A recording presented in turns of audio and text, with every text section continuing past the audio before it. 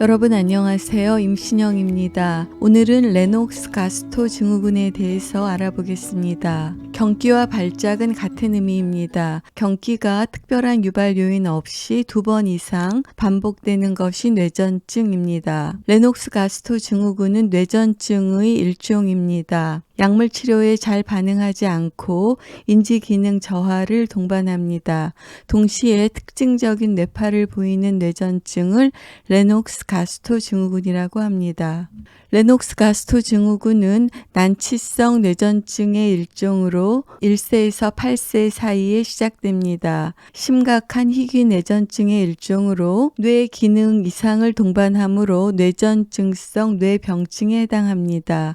3가지 특징을 보입니다. 첫 번째, 한 아이가 한 가지 유형 이상의 발작을 보입니다. 그림처럼 뻣뻣하게 보이는 강직성 발작, 갑자기 힘이 빠지면서 넘어지는 무력성 발작, 즉 에이토닉스죠. 또는 아이가 갑자기 하던 행동을 중단하고 멍하니 바라보거나 고개를 떨어뜨리는 증세가 지속되는 결신 발작, 앱센스 시저 등 여러 유형의 발작을 보입니다. 두 번째는 인지와 행동 이상 및 장애입니다. 레녹스 가스토 증후군 아동은 많은 경우 인지 발달 지연이나 지적 장애를 보입니다. 또한 많은 경우 행동 문제를 보입니다. 과잉 행동, 공격성 또는 자폐증 등의 행동 문제가 흔하게 나타납니다. 세 번째는 특징적인 뇌파입니다. A에서 보이는 것처럼 깨어 있을 때 이와 같은 특징적인 뇌파를 보입니다. 이것을 슬로우 스파이크 앤 웨이브 컴플렉스라고 합니다. 또한 이와 같은 빠른 비정상 뇌파를 보입니다. 이것을 Generalized Paroxysmal Fast Activity라고 합니다. 즉 레녹스 가스토 증후군은 소화기에 시작하는 심각한 희귀 뇌전증의 하나입니다. 뇌 기능 이상을 동반하는 뇌전증성 뇌병증입니다. 레녹스 가스토 증후군은 3가지 특징을 보입니다. 한 가지 유형 이상의 발작, 인지와 행동의 이상 및 장애, 그리고 특징적인 뇌파입니다. 역사적 고찰입니다. 1950년에 미국 하버드 대학의 의사인 닥터 윌리엄 고든 레녹스가 레녹스 가스토 증후군이 특징적인 슬로우 스파이크 앤 웨이브 뇌파를 보고하였습니다. 1966년에 불란서 신경과 의사인 닥터 앙리장 파스칼 가스토가 현재 우리가 알고 있는 레녹스 가스토 증후군을 보고하였습니다. 특징적인 뇌파와 임상적인 특성을 보고한 두 논문을 보고한 분들의 이름을 따서 레녹스 가스토 증후군으로 명명되었습니다. 유병률입니다. 레녹스 가스토 증후군은 희귀 질환입니다. 뇌전증은 일반적으로 파킨슨 병보다 흔한 질환입니다. 어린아이에서 나타나는 뇌전증의 약 3에서 4%가 레녹스 가스토 증후군입니다. 레녹스 가스토 증후군은 남자 아동에서 약간 더 많이 발생하며 인종적 차이는 없습니다. 증상입니다. 레녹스 가스토 증후군의 3가지 특징적인 증상은 약물에 잘 반응하지 않는 여러 가지 형태의 뇌전증, 특징적인 뇌파, 3번째는 인지 기능의 장애입니다. 이와 같은 3가지 증상을 보이면 레녹스 가스토 증후군으로 진단할 수 있습니다. 레녹스 가스토 증후군은 일반적으로 8세 이전에 발생하는 뇌전증입니다. 하나 이상의 경기 유형을 보입니다. 발달 지연과 특징적인 뇌파를 보이는 경우가 많습니다. 레녹스 가스토 증후군의 많은 아동들은 인지기능 장애, 지적 장애 또는 행동 장애를 보이지만 약 30%의 아동에서는 진단 당시에 정상 발달을 보입니다. 특징적인 뇌파를 보이면 레녹스 가스토 증후군을 강력하게 의심합니다. 그러나 이러한 뇌파 이상이 처음부터 나타나지 않는 경우도 많이 있습니다. 레녹스 가스토 증후군 아동들은 여러 형태의 발작 유형을 보입니다. 어린 시절부터 시작되는 강직성 발작 또는 갑자기 힘을 잃고 쓰러지는 무력성 발작, 그리고 갑자기 멍청이 있는 비정형적 결심 발작 등 여러 형태의 발작 유형을 보입니다. 특징적인 뇌파입니다. 슬로우 스파이크 앤 웨이브 컴플렉스와 제너럴라이즈드 페록시즈말 패스트 액티비티를 보입니다. 레녹스 가스토 증후군의 발작이 시작되기 전에 약 70% 이상의 아동들은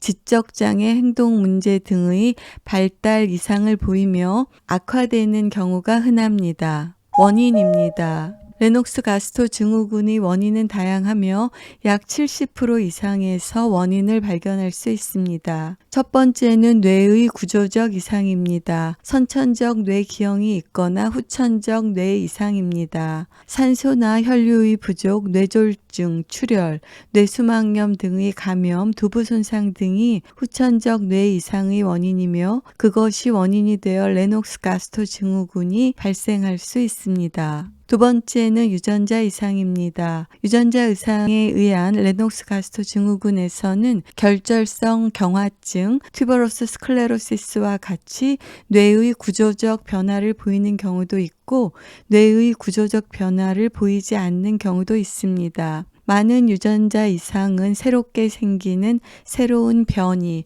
즉 드노보 뮤테이션입니다. 흔하지는 않지만 레녹스 가스토 증후군의 일부가 대사 장애와 관련되며 이 경우는 치료와 연관되므로 정확한 진단이 중요합니다. 진단입니다.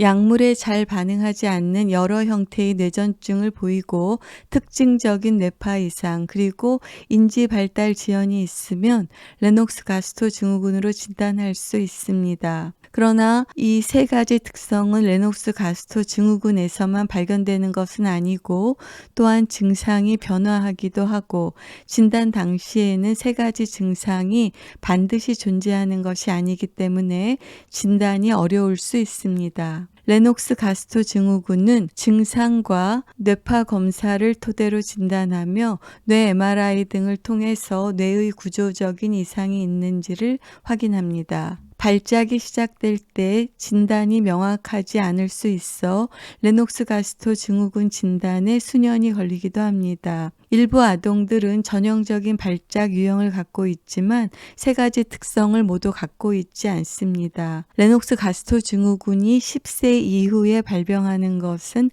흔하지 않습니다. 슬로우 스파이크 앤 웨이브 컴플렉스는 레녹스 가스토 증후군의 특징적인 소견이지만 이것이 있어야 레녹스 가스토 증후군으로 진단하는 것은 아닙니다. 레녹스 가스토 증후군과 유사한 난치성 뇌전증 증후군과 뇌전증성 뇌병증 등이 있으므로 감별 진단이 필요합니다. 치료입니다. 1차 치료는 항경련제입니다. 레녹스 가스토 증후군은 일반적으로 한 가지의 약으로 조절되지 않아 두 가지 이상의 약물이 필요합니다. 레녹스 가스토 증후군에 사용되는 약물입니다.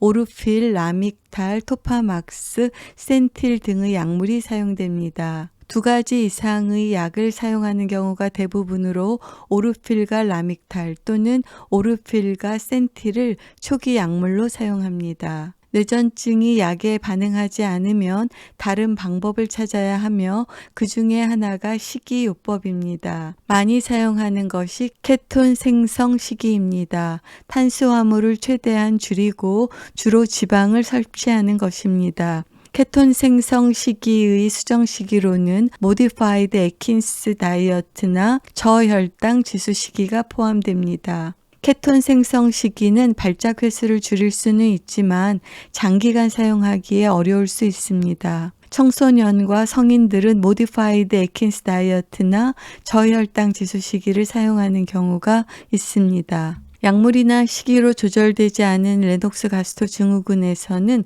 수술 치료를 할 수 있습니다. 일부 아동들은 이상 경기파를 발생하는 뇌의 특정 영역을 갖고 있고 그 영역이 뇌 기능에 큰 영향을 주지 않는 부분이라면 제거 수술을 합니다. 또 좌우 대뇌를 연결하는 뇌량이라는 구조가 있습니다. 특히 아기가 갑자기 힘을 잃고 쓰러지는 에이토닉 시저가 있을 때 좌우 뇌량을 분리하는 수술을 하기도 합니다. 또한 미주신경 자극술을 할 수 있습니다. 미주신경은 모구의 왼쪽에 있는 부교감 신경입니다. 미주신경에 전극을 감아 미주신경을 자극합니다.